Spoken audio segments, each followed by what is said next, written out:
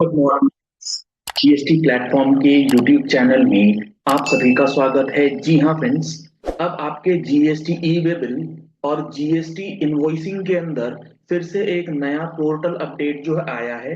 अब आपको इस नए फीचर्स को यूज करने अब आपको इस नए फीचर के हिसाब से अपनी जीएसटी की इनवॉइसिंग और जीएसटी इनवॉइसिंग के अंदर ई वे बिल का रिक्वायरमेंट जो है वो डालना पड़ेगा, क्योंकि 11 फरवरी 2025 को एक रूल नोटिफाई हो चुका है जिसके अंदर गवर्नमेंट ने ये कहा है कि अब अगर अनरजिस्टर्ड ट्रांजैक्शंस हैं तो वो ई वे बिल कैसे निकालेंगे, और उसके लिए फैसिलिटी जो है इनेबल करी गई है। आपको मैं स्क्रीन पर लिए चलता हूं और वहां पर सबसे पहले ये देख लेते हैं कि ये जो एडवाइजरी आई है, इस एडवाइजरी ने क्या बातें बताई है कि आपको अनरजिस्टर्ड ट्रांजैक्शन के केस में कोई अनरजिस्टर्ड सेलर है, कोई अनरजिस्टर्ड परचेजर है जिसको ई वे बिल निकालना कंपलसरी है, या वो वॉलेंट्री ई वे बिल निकालना चाहता है, तो उन केसेस में कैसे निकालेगा वो ई वे बिल।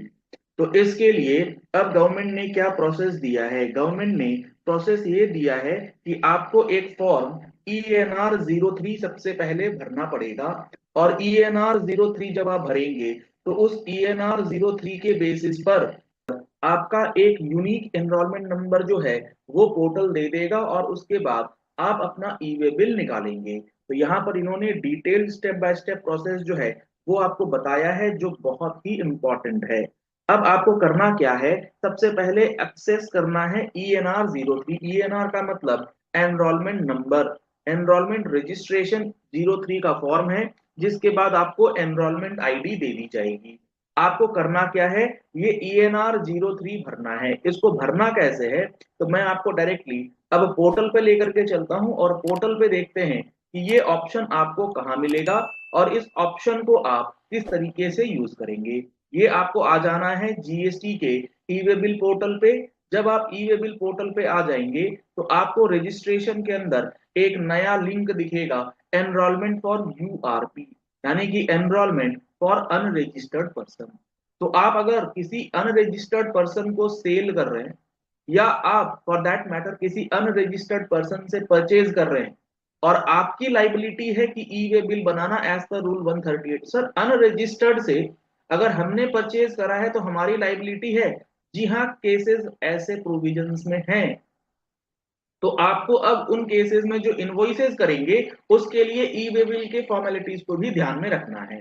अगर मैं आपको एक एग्जांपल लूं, तो अगर आप एक कैजुअल टैक्सेबल पर्सन है, ध्यान से सुनिएगा ये चीज, अगर आप एक कैजुअल टैक्सेबल पर्सन है, लेकिन वो वाले कैजुअल टैक्सेबल पर्सन जो कि नोटिफाइड हैंडीक्राफ्ट गुड्स में डील करते हैं।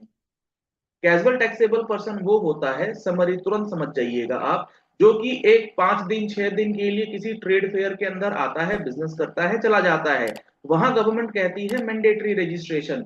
लेकिन जो छोटे कैजुअल टैक्सेबल पर्सन होते हैं, जो हस्तशिल्पकार होते हैं, हैंडीक्राफ्ट गुड्स में डील करते हैं, उनको अगर अपने कला का प्रदर्शन करना है, दूसरे राज्य में जाकर के हैंडमेड गुड्स, हैंडीक्राफ्ट गुड्स बेचना है, as a casual taxable person जाते हैं वो 5-6 दिन के लिए, तो गवर्नमेंट चूंकि वहां कंपलसरी रजिस्ट्रेशन करके बैठी है, तो वहां पर ऐसे कैटेगरीज ऑफ लोगों के लिए ना गवर्नमेंट ने कह रखा है कि आपको रजिस्ट्रेशन कराने की जरूरत नहीं है, भले ही आप in the nature of CTP हैं।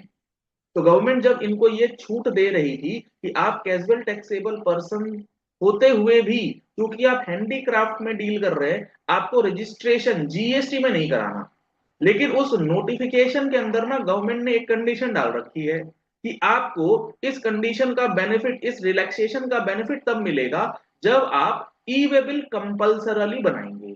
यानी कि उनको ई वे बिल बनाने के लिए जिम्मेदारी दी गई है। तो यहां से आपको ये समझ में आया होगा कि अनरजिस्टर्ड पर्सन को ई वे बिल कब कंपल्सरी है। तो इस केस में अब वो जो पर्सन है वो ई वे बिल बनाएगा कैसे। तो उस ई वे बिल को बनाने के लिए ये फंक्शनैलिटी एनरोलमेंट फॉर यूआरपी, ऐसे ऐसे कई केसेस हैं जो हम लोग अपने जीएसटी के फुल कोर्स के अंदर अलॉन्ग विथ प्रोविजंस आपको लिंक करके दे रहे हैं। जैसे ये सीटीपी वाला हो गया, ई वे बिल रूल्स के अंदर केसेस दिए गए हैं। तो अगर आप जीएसटी के फुल कोर्स को अभी तक नहीं ज्वाइन कर पाए हैं, तो जो कॉन्टैक्ट नंबर्स दिए गए ना स्क्रीन पर, उस स्क्रीन पर आपको नंबर्स मिलेंगे, उन नंबर्स पे कॉल कीजिए, व्हाट्सएप कीजिए और कोर्स की डिटेल ले लीजिए। आप हमारा मोबाइल एप्लीकेशन भी डाउनलोड कर सकते हैं, वहां पर भी आपको कंप्लीट डिटेल्स दी गई है। अब एनरोलमेंट फॉर यूआरपी जो लिंक है, इसमें जब आप क्लिक करेंगे तो आपसे यहाँ पर क्या पूछेगा, आपसे यहाँ पूछेगा स्टेट, कौन से स्टेट में है। आपको यहाँ पर अपना नाम डालना है जो आपके पैन कार्ड में है। जो मैंने आपको एग्जांपल दिया सीटीपी वाला, उसके अंदर ये भी कंडीशन है कि आपके पास पैन होना कंपलसरी है। तो पैन के हिसाब से नाम डालिए, अगर कोई ट्रेड नेम है तो वो डालिए, उसके बाद पैन नंबर डाल करके वैलिडेट। अब यहाँ पर आपको कैटेगरी में डालना है एनरोलमेंट, आप एज अ कौन से उस पे ले रहे हैं, आप सप्लायर हैं अनरजिस्टर्ड, अनरजिस्टर्ड रेसिपिएंट हैं, या बोथ, बोथ 1 और 2। अनरजिस्टर्ड सप्लायर भी है, अनरजिस्टर्ड परचेजर भी है।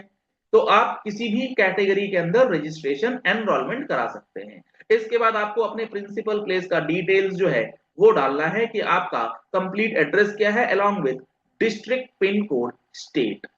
तो ये सारी डिटेल्स आप जब डालेंगे, उसके बाद आपको डालना है ईमेल एड्रेस, मोबाइल नंबर, और उसे वेरीफाई करना है थ्रू ओटीपी। और उसके बाद यूजर डिटेल्स आपको खुद से क्रिएट कर लेना है, यूजर नेम, यूजर पासवर्ड, और उसका जो कंफर्म पासवर्ड है वो डाल करके आप अपना यूजर जो है वो क्रिएट करेंगे। और इस पूरा का पूरा स्क्रीन के अंदर जो आपने डेटा डाला, इसे सबमिट करेंगे। और सबमिट करने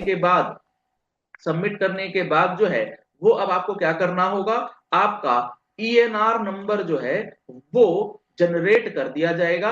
और ईएनआर जब जनरेट हो जाएगा, उसके बाद आप एज अ अनरजिस्टर्ड पर्सन जो है वो भी ई वे बिल निकालने के लिए सक्षम हो जाएंगे।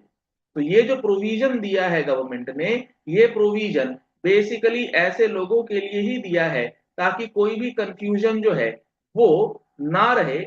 और जो भी जीएसटी के अंदर अनरजिस्टर्ड रहते हुए ई वे बिल निकालने के लिए उत्सुक है या लायबल है एज पर द प्रोविजंस, उनको ये सारी चीजें जो है वो मिल जाए।